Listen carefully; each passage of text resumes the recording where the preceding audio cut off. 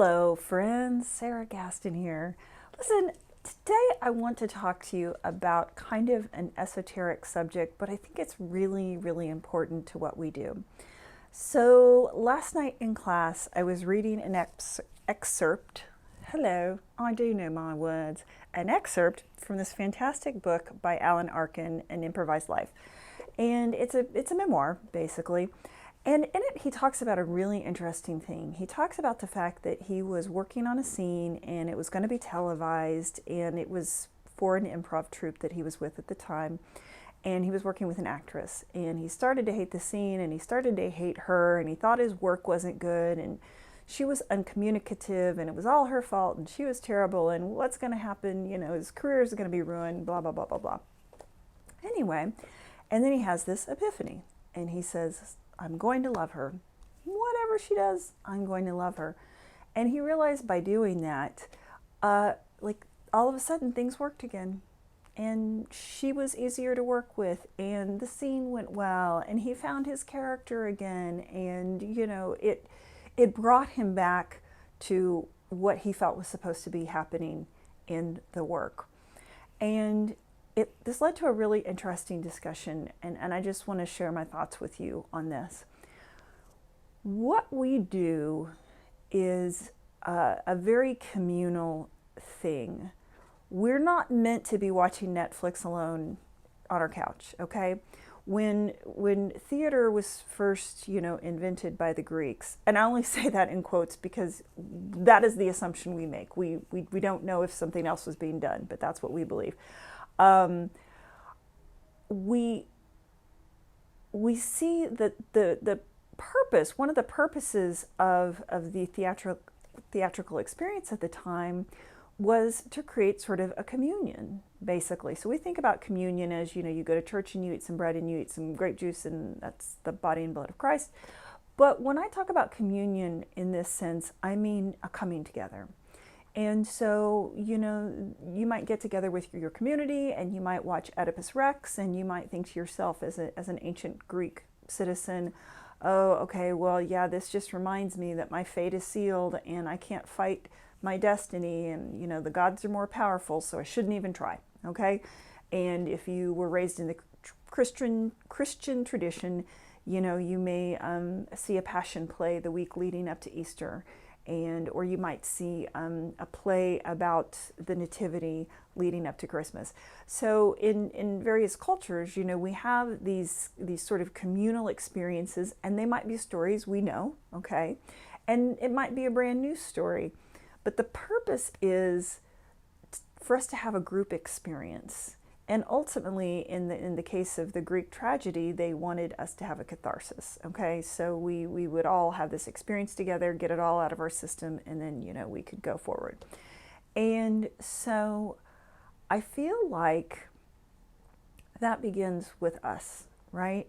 So when we're in a situation in this very, very collaborative art form, and we try to make people wrong, or we complain, or we find fault, or we just settle into just a general sort of, grumpiness or complain proneness, then we forget that communion purpose, right? Which is a bringing together.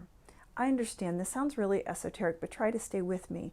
And so if I can, in and of myself, sit there and say, in this experience, I'm going to be part of a community, I'm going to be part of a whole, we're going to create something together, all right? Then I feel like that ultimately has more power out in the world to create a communal experience for the people watching. I will never forget when I was a little girl, I had to have corrective foot surgery, and so I couldn't walk for a few months, and I had casts on both my feet, and I had to crawl around on my hands and knees because using a wheelchair in a carpeted two-story house was just not going to work for a little kid, right? And we used a wheelchair, when I had to go out in public. I had to have, a tutor so that I could get schooled at home. Anyway, at that time, Star Wars came out, and that was a huge deal. No one had ever seen anything like it before. And I remember my older brother taking me to see it. And It was a packed house. And I remember at the end, everyone clapped and cheered like you would at a play, but it was a movie. Clapping and cheering. And I had never experienced anything like that. I don't think most people had at that point going to the movies, you know? But that's what it's meant to inspire, is this experience of community, of we're going through something together, we're getting on the other side of something together. It can be a very personal thing within the community, like you identifying your own piece of your broken humanness that you're trying to repair.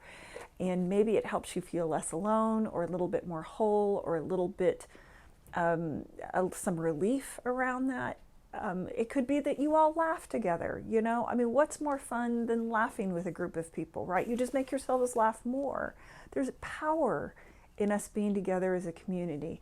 So I just offer that to you as a practitioner of this really profound and ancient craft. Remember, community begins with you. And if you want that sense of communion, if you want that communal experience, and if you want your end product to have that same effect on people, see what you can do today in your work and working with your colleagues to create that environment so that the best possible work can be done, both for you and anyone who's ever going to watch that work. Anyway, whew, that's a lot, y'all. Anyway, that was really on my heart, and I just wanted to share it with you today. So, and I cannot talk today, apparently. Anyway, thanks so much for watching.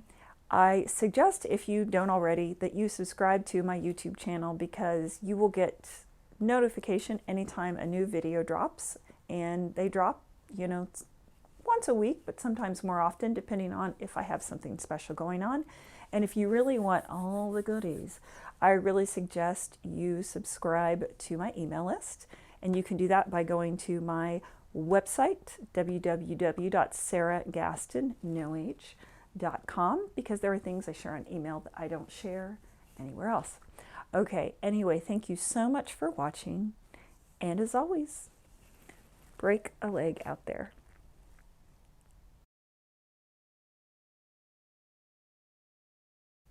Get this book. Get this book.